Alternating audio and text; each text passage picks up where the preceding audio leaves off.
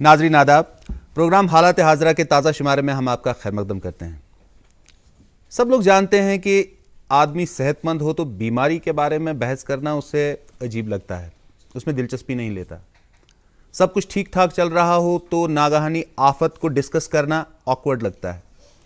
اسی طرح سے جب ہم کورونا وائرس کی وبا سے جھوج رہے ہیں، کورونا وائرس کا ظہور ہونے سے پہلے اگر کوئی وائرولوجی پہ بحث کرتا یا یہ وائرس کیسے کام کرتا ہے تو یہ ایک بورنگ ایکٹیویٹی سی معلوم ہوتی، لیکن انسان کے لیے یہ ضروری ہے کہ وہ آنے والے وقت کے لیے خود کو، اپنے معاشرے کو، اپنے آس پڑوس کو تیار کرے۔ جی ہاں، آج ہمارے پروگرام کا موضوع ایک حساس پہلو کو ابارنا ہے، وہ ہے کشمیر میں موسمیاتی تبدیلی اور گلیشیئرز کے پگھلنے کا عمل۔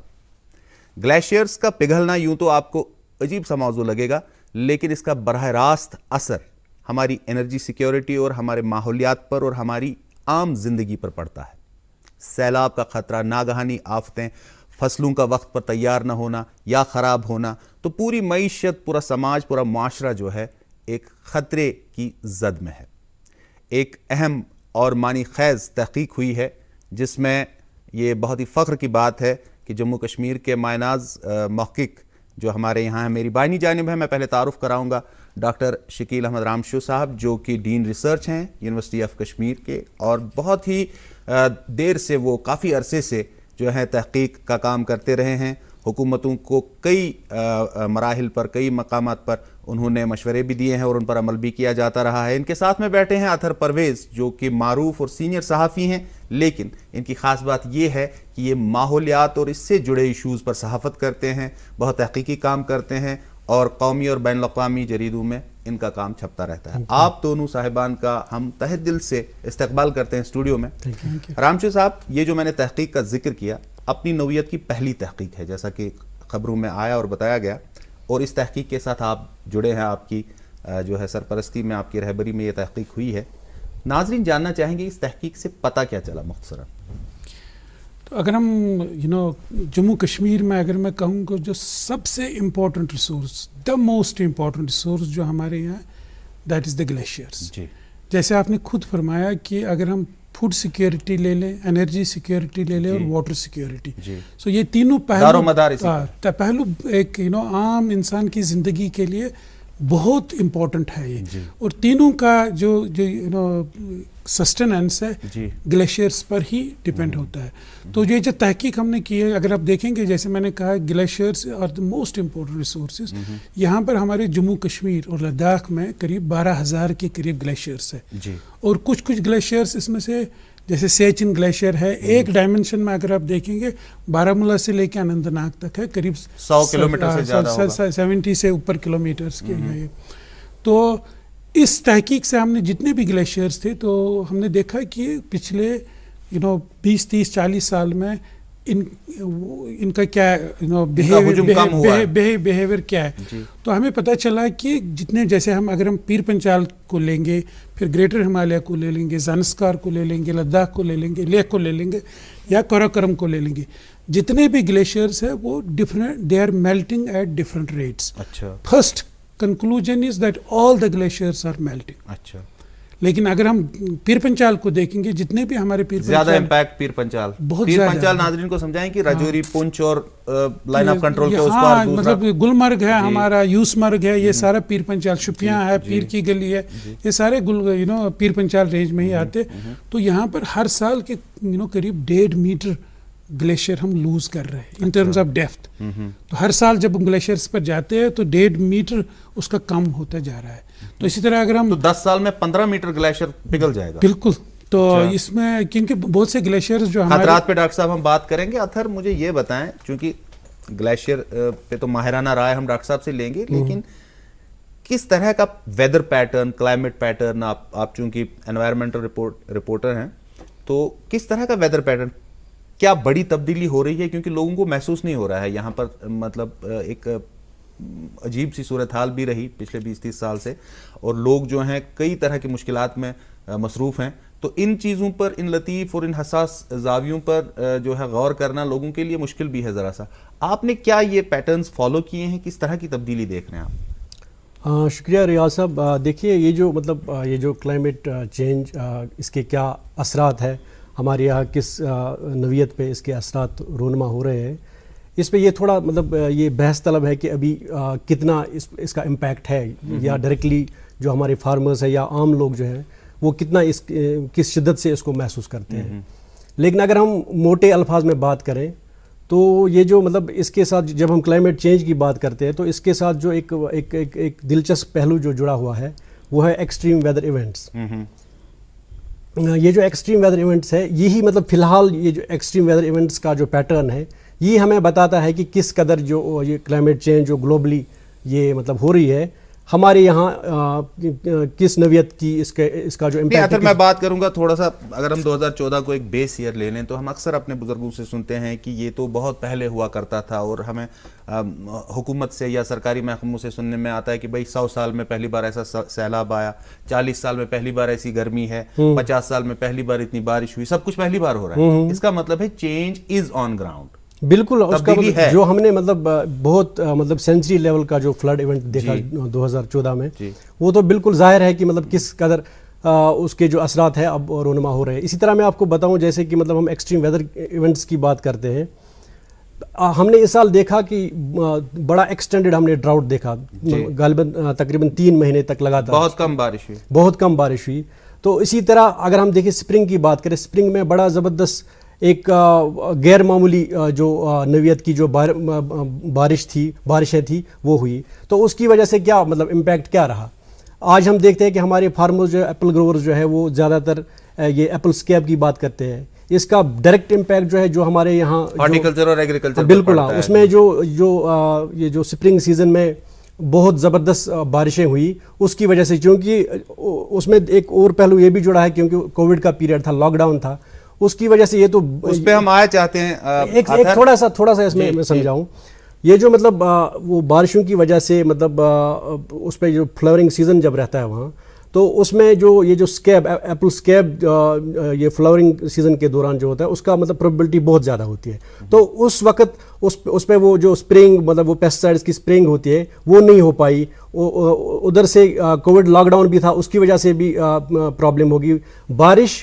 بارشیں اور یہ جو کووڈ کی وجہ سے جو کووڈ کا لاک ڈاؤن تھا ان دونوں کو ملا کے جو انہوں نے ایک کمبائنڈ جو امپیکٹ ڈالا اس پہ, اس کی وجہ سے وہ جو سکیب ہے وہ پھر بہت نمایاں. بہت عمدہ عطر صاحب. ڈاکٹر صاحب مجھے یہ بتائیں, گلوبلی جب ہم دیکھتے ہیں بہت سارے ممالک میں کہتے ہیں کہ بھئی یہ گلیشیئرز کا پگھلنا, موسمیاتی تبدیلی, یہ اصل میں ایکسیسو انڈسٹریلائزیشن سے ہوتا ہے.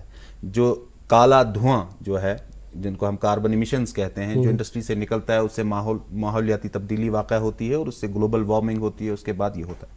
جموں کشمیر میں تو زیادہ انڈسٹریلائزیشن نہیں ہے, ہمارے یہاں کیوں گلیشیئر پگھل رہے ہیں؟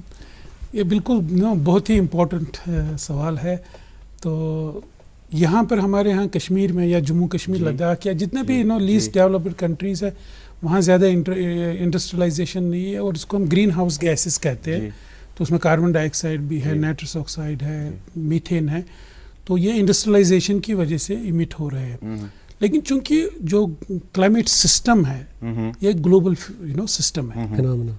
اگر آپ دیکھیں کشمیر میں جو برف باری ہوتی ہے, بارشیں ہوتی ہے, ہم کہتے ہیں ویسٹرن ڈسٹربنسز ہیں. یہ ویسٹرن ڈسٹربنسز کہاں سے اوریجنیٹ ہوتی ہے؟ یہ اٹلانٹک اوشن سے اٹلانٹک اوشن سے اوریجنیٹ ہو جاتی ہے, اس کے بعد یورپ کے اوپر آتی ہے, پھر ویسٹ ایشیا سے ہو کے کشمیر آتی ہے. تو اس کے ساتھ ہی یہ جو گرین ہاؤسز گیسز ہے چونکہ all over the globe mix ہوتے ہیں, تو گلوبل جہاں بھی گرین ہاؤسز. تو آپ کے کہنے کا مطلب ہے ڈاکٹر صاحب کہ ہم عالمی سطح پہ جو تبدیلیاں ہو رہی ہیں ان کی زد میں ہیں. ایگزیکٹلی, ہم اس سے متاثر ہماری کنٹریبیوشن جو گرین ہاؤس گیسز میں آلموسٹ نیگلیجبل ہے, زیرو ہے. بالکل, لیکن جو امپیکٹ ہے وہ سب سے زیادہ ہم ہی کو بھگتنا. تو اس سے ایک بہت ہی دلچسپ پہلو ابھر کر سامنے آتا ہے. کچھ لوگ کہتے ہیں نا کہ ہمارے یہاں انڈسٹریلائزیشن نہیں ہے, اس لیے we are not stakeholders what is happening at the global level.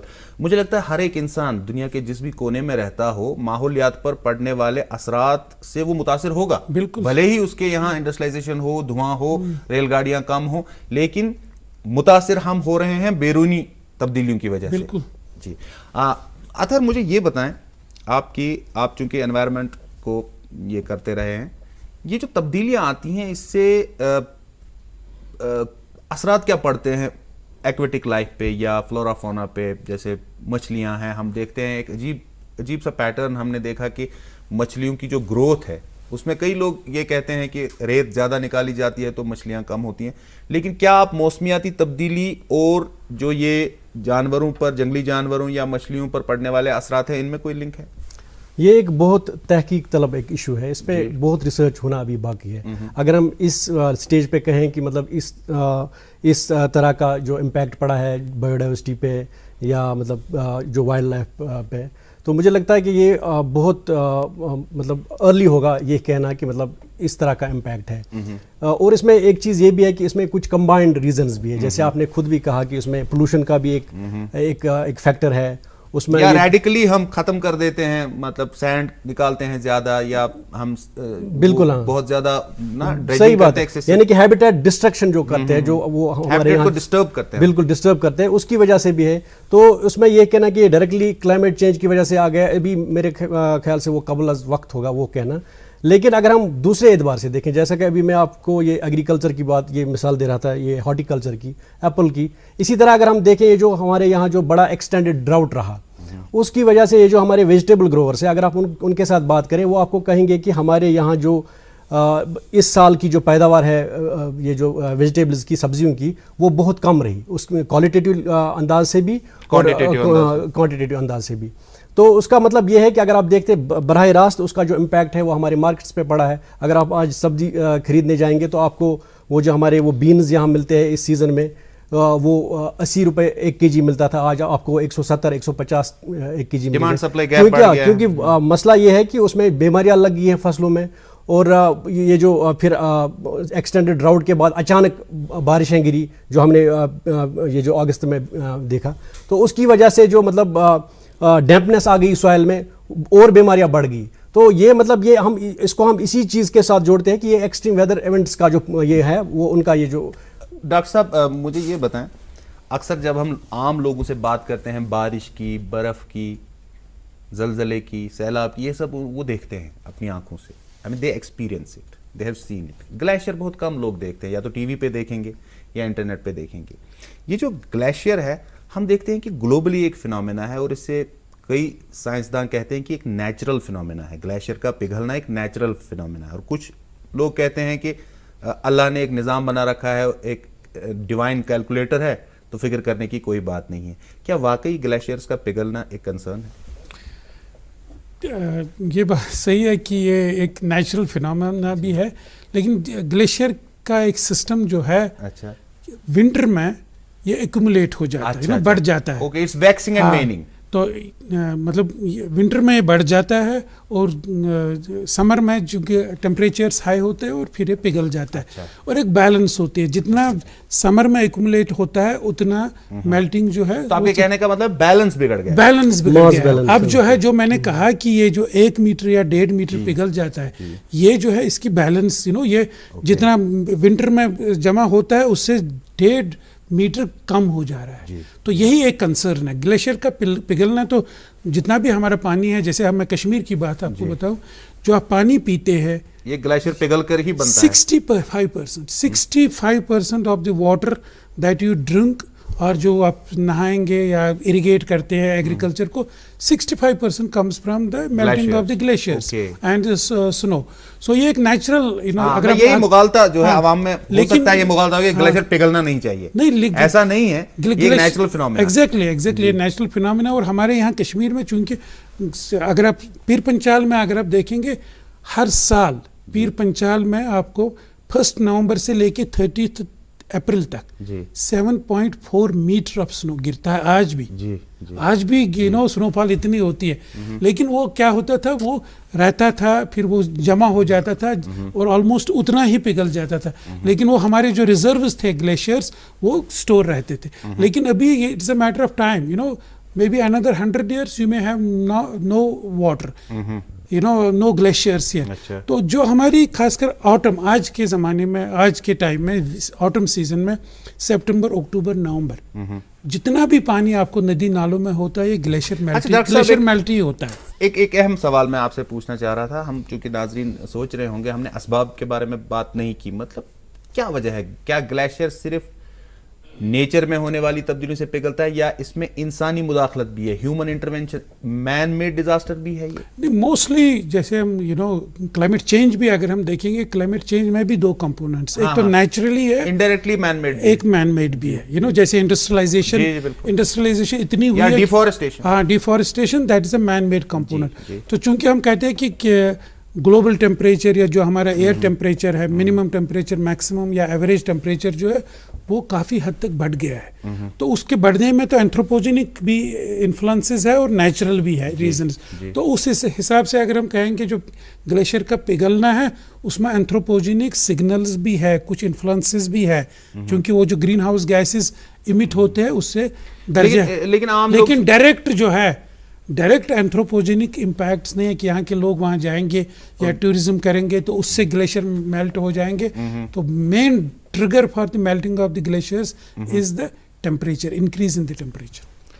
اطہر, آپ ہارٹیکلچر کی بات کر رہے تھے, ظاہر ہے مطلب کیا گلیشیئرز جو بھی تحقیق ہو رہی ہے, ریسرچز ہو رہی ہیں ہارٹیکلچر پروڈیوس کو انہینس کرنے کے لیے, کوالٹی بڑھانے کے لیے, کیا اس میں کہیں کسی تحقیق میں کنسیڈر کیا جاتا ہے کہ گلیشیئرز بھی میلٹ ہو رہے ہیں, ہمیں فیوچر کے لیے تیار رہنا ہوگا؟ بالکل, صرف ہارٹیکلچر ہی نہیں, اگر ہم باقی یہ جو ہمارے سیکٹرز ہیں, اوور آل ایگریکلچر کی بات کریں, آپ ہیلتھ کی بات کریں, ٹورزم کی بات کریں, انرجی کی بات کریں, یہ جو ہمارے یہاں جو ہمالین ایکو سسٹمز ہے ان کی سسٹینیبلٹی کے بارے میں بات کریں, تو سب کے بارے میں ایک ڈاکیومنٹ تیار ہوا ہے حکومت کی جانب سے. یہ غالباً 2014 میں انہوں نے بنایا تھا, اس کو ہم کہتے ہیں state action plan on climate change. اس میں یہ سبھی یہ جو ہے نا, یہ جس چیز کا ہم ذکر کر رہے ہیں ابھی تک, ان میں یہ سبھی چیزیں فیکٹر ان کی گئی ہے. یعنی اس کا مطلب یہ ہے کہ ان کو ہم مشن ڈاکیومنٹس یا مطلب ایکچولی یہ جو مشن جیسے ہیلتھ مشن ہے, ویژن ڈاکیومنٹ کہہ سکتے ہیں, mission on agriculture, mission on health, mission on tourism, اس طرح کر کے مطلب انہوں نے اس میں باقاعدہ اس کا ذکر کیا ہے. تو اس میں انہوں نے ہارٹیکلچر کا بھی, یہ آپ نے ہارٹیکلچر کے بارے میں سوال پوچھا, تو اس کا بھی ذکر ہے. ایگریکلچر یعنی کہ کیا کیا مطلب چیلنجز ہمیں درپیش ہونے والے ہیں آئندہ, جو ہمارے یہ جو مطلب یا فیوچر میں. امید ہے کہ وہ جو ویژن سٹیٹمنٹ ہے وہ ہماری پالیسی کا بھی ایک سرگرم حصہ بنے. ابھی تک مجھے نہیں لگتا ابھی تک اس میں کسی طرح سے بھی کوئی عمل ہوا ہے, حالانکہ تب سے 7 سال ہو گئے ہیں, لیکن میں آپ کو وثوق سے بتاتا ہوں, میں نے اس کو فالو بھی کیا ہے. ابھی صرف ایک جو کانسیپٹ نوٹ اس کے بارے میں تیار ہوا ہے ایگریکلچر ڈپارٹمنٹ کی جانب سے, باقی اس میں کوئی ابھی تک کوئی خاطر خواہ پیش رفت نہیں ہوئی ہے. ڈاکٹر صاحب, ظاہر ہے آپ نے تحقیق کی ایک ادارے کے ساتھ وابستہ ہو کر, آپ نے کہا گلیشیئرز اتنے میٹر سال میں کم ہوتے ہیں. ظاہر ہے آپ اور آپ کی ٹیم ہمالیہ پہاڑ پہ کوئی پھیتا لے کر نہیں گئے ہوں گے اور وہاں ماپا ہوگا, کیسے ہوئی یہ تحقیق؟ ہمارے یہاں جو 12,000 گلیشیئرس ہیں, تو ہم نے بالکل گلیشیئرز پر بھی گئے, لیکن 12,000 گلیشیئرز پہ جانا وہی میں I was wondering how it happened. Humanly یہ پاسبل نہیں ہے. تو ہم نے یہاں پر قریب 8 bench mark glaciers 8-9 bench mark glaciers ہاں کیا. جیسے کشمیر میں ہم نے 3 گلیشیئرس لے لیے, اسی طرح زانسکار میں 2-3 گلیشیئرس لے لیے, اسی طرح کراکرم میں, ہر جگہ ہم نے گلیشیئرس جن کو ہم بینچ مارک گلیشیئرس. تو ہم کہہ سکتے ہیں you did a sample survey. نہیں, ہم نے ٹوٹل سروے بھی کیا, لیکن سیٹلائٹس جیسے میں آپ کو کہوں, کیونکہ سیٹلائٹ ٹیکنالوجی ایسی ٹیکنالوجی ہے, جیسے 2 سیٹلائٹس جو ہے, ایک تو ناسا کا سیٹلائٹ ہے اور ایک جرمن اسپیس ایجنسی کا سیٹلائٹ ہے. تو ان کو ہم نے وہ کیا اسپیس سے وہ دیتے ہیں ہمیں کہ کیسے یہ ان کی تھکنیس جو ہے چینج ہوتی ہے.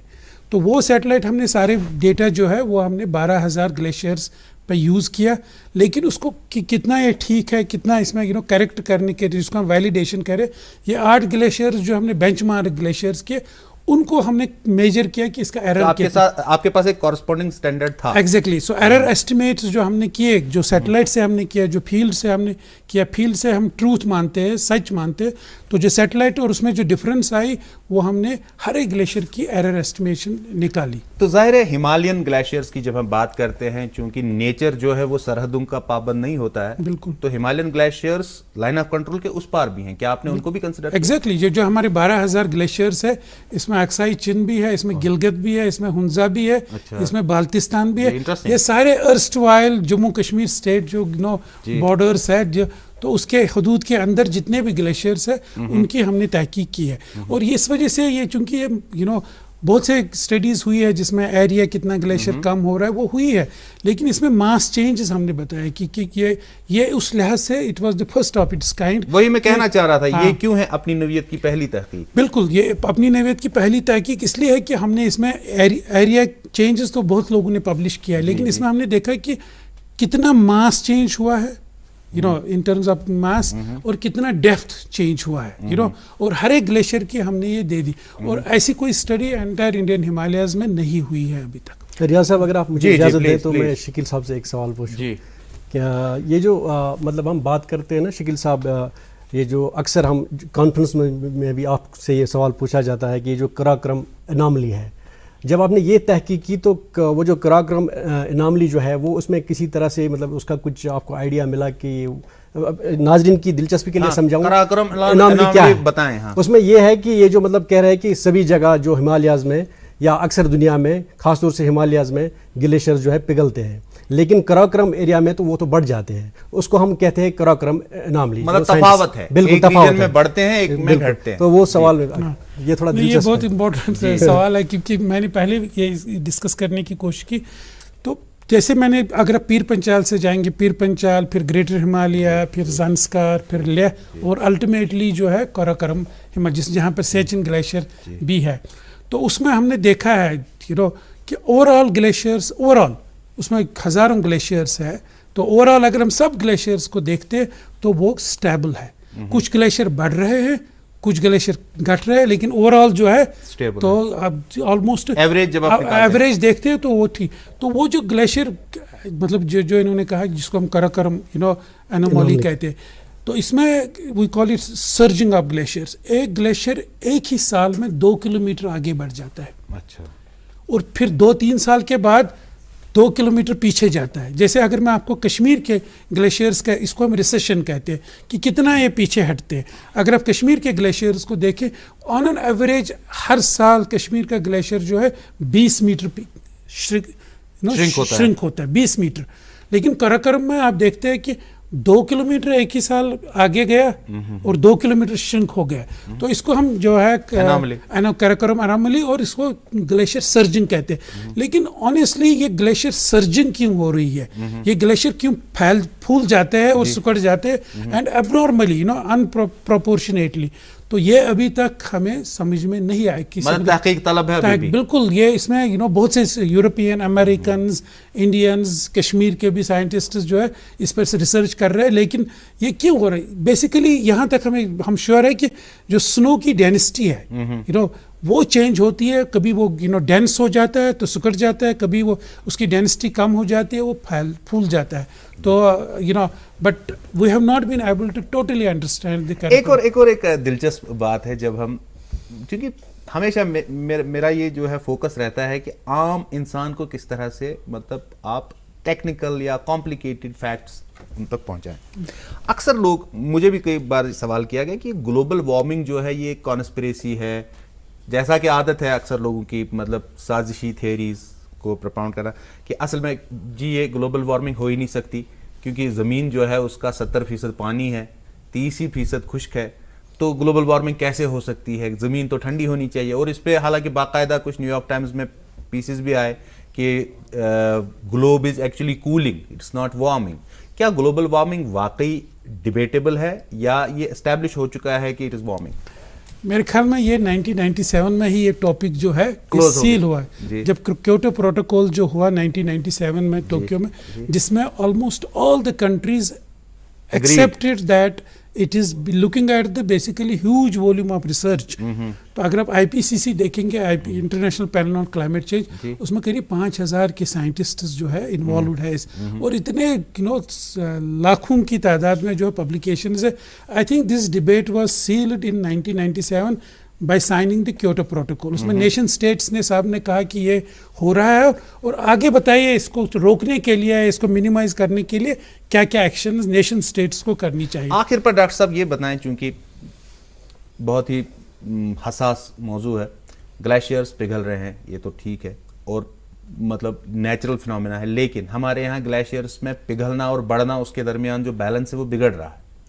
تو لوگوں سے کیا توقع کریں گے آپ؟ کیا لوگوں کا کوئی رول ہے اس میں؟ یہ بہت ہی امپورٹنٹ پوائنٹ ہے جس میں جسٹ اس سے جو گلیشیئر پگھلنا ہے اس سے کیا اثر پڑے گا لوگوں کو. دو چیزیں ہم نے آبزرو کی ہے جی کہ یہاں پر ہماری جو یہاں کے گورنمنٹس کو بھی میں سینسٹائز کر رہا ہوں. بہت بار میں نے یہ کہا ہے یہاں کے جو ایگریکلچر ڈپارٹمنٹ ہے کہ یہاں پر ہمارے دریاؤں میں جو ہے مارچ اپریل مئی میں پانی بڑھ رہا ہے because of the climate change and melting of the glacier. اور ہمیں مارچ اپریل مئی میں پانی چاہیے نہیں, ہمیں جون جولائی اگست میں پانی چاہیے ایگریکلچر ایکٹیویٹی ہوتا نہیں ہے. اور وہ آگے اس کی ایکیوٹ پرابلمز ہو جائیں گی. آپ کو 20 سال کے بعد آپ کو جون جولائی اگست میں بہت کم پانی ملے گا. اور اسی طرح حالانکہ آج کیونکہ میں نے کہا کہ جو سپٹمبر اکتوبر نومبر ہے یہ سارا گلیشیئر میلٹ ہے, لیکن آج سپٹمبر اکتوبر نومبر میں چونکہ ہمیں زیادہ پانی کی ضرورت نہیں ہوتی ہے, لیکن جو ہمارا گروئنگ سیزن ہے جون جولائی اگست اس کے لیے گورنمنٹ کو سوچنا چاہیے, کیونکہ جتنا بھی پانی ہمارا مارچ اپریل مئی میں یہاں سے نکلتا ہے کیونکہ ہمارے پاس سٹوریج فیسلٹیز نہیں ہے. تو یہاں کے گورنمنٹ کے یہاں کے جو بھی پالیسی میکرز ہیں ان کو اس طرف توجہ دینی چاہیے. اور یہاں پر جتنے کیونکہ انڈس واٹر ٹریٹی میں بھی ہمارے انٹائٹلمنٹ ہے کہ ہم 1.35 ملین ایکڑ فیٹ جو ہے اسٹور کر سکتے ہیں. تو مجھے لگتا ہے اگر ہمیں اس کے ایڈورس امپیکٹ سے بچنا ہے, یہاں کی فوڈ سیکیورٹی, واٹر سیکیورٹی اور انرجی سیکیورٹی کو برقرار رکھنا ہے, سسٹینیبل رکھنا ہے, تو اس کے لیے یہاں کے گورنمنٹ کو اس طرف توجہ دینی چاہے. یہاں پر سٹوریجز جتنے بھی انٹائٹلمنٹ ہے ہماری وہ آج کیونکہ جو جتنے بھی ہمارے سٹوریج پروجیکٹس ہیں جیسے ہم new Ganderbal hydro electric project پچھلے 30 سال سے سن رہے ہیں, کیونکہ جو یہ ہیوج انفراسٹرکچر پروجیکٹس ہے اس میں 30 سال 40 سال لگتے ہیں. میرے خیال میں پلاننگ جو ہے آج سے ہی سٹارٹ ہونی چاہیے.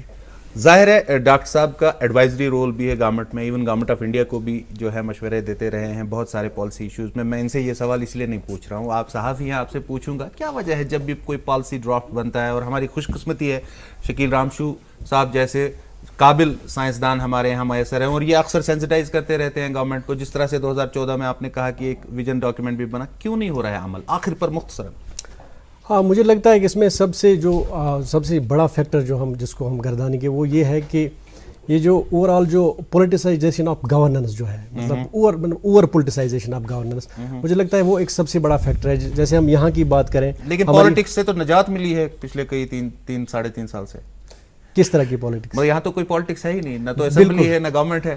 لیکن یہاں پھر سیکیورٹی کے چیلنجز ہے, اور مطلب یہاں تو اب بہت سارے پلیئرز بھی آ گئے ہیں. یہ تو بڑا ایک مطلب اس پہ ہم جتنا کم بحث کریں وہ میرے خیال سے ٹھیک ہوگا. لیکن اگر ہم اوور آل دیکھیں تو مجھے لگتا ہے کہ یہ جو گورننس فیلئر ہے, اوور آل گورننس فیلئر, وہ لیکن سب سے بڑا فیلئر ہوگا جس طرح سے شکیل رامشو جی نے کہا کہ یہ ہم ایک بہت بڑے کرائسس کی طرف سٹیئر کر رہے ہیں 20 سال بعد. تو ہمیں امید ہے کہ اتنے بڑے سائنسدان اور اتنے اچھے موقع جو ہمارے شو میں انہوں نے اویئر کیا, ہمیں امید ہے کہ گورنمنٹ جو ارباب اختیار ہیں وہ جو ہے اس بارے میں ضرور غور کریں گے اور آنے والے وقت کی طرف دیکھیں گے, اور آنے والی ناگہانی آفات سے کس طرح سے بچا جائے, کس طرح سے جموں کشمیر کے لوگوں کو اس سے بچایا جائے. یہ ان کی اخلاقی ذمہ داری بھی ہے اور منصبی ذمہ داری بھی ہے. ہمیں امید ہے ناظرین کہ آپ کو آج کے شو کے اس حساس موضوع کے جو پہلو ہیں وہ سمجھ آئے ہوں گے اور آپ نے اسے انجوائے کیا ہوگا. اس کے ساتھ ہی ہمارے آج کے شو کا وقت اختتام کو پہنچتا ہے. اگلی بار اگلے موضوع اور نئے مہمانان کے ساتھ پھر حاضر ہوتے ہیں. جب تک کے لیے اللہ حافظ.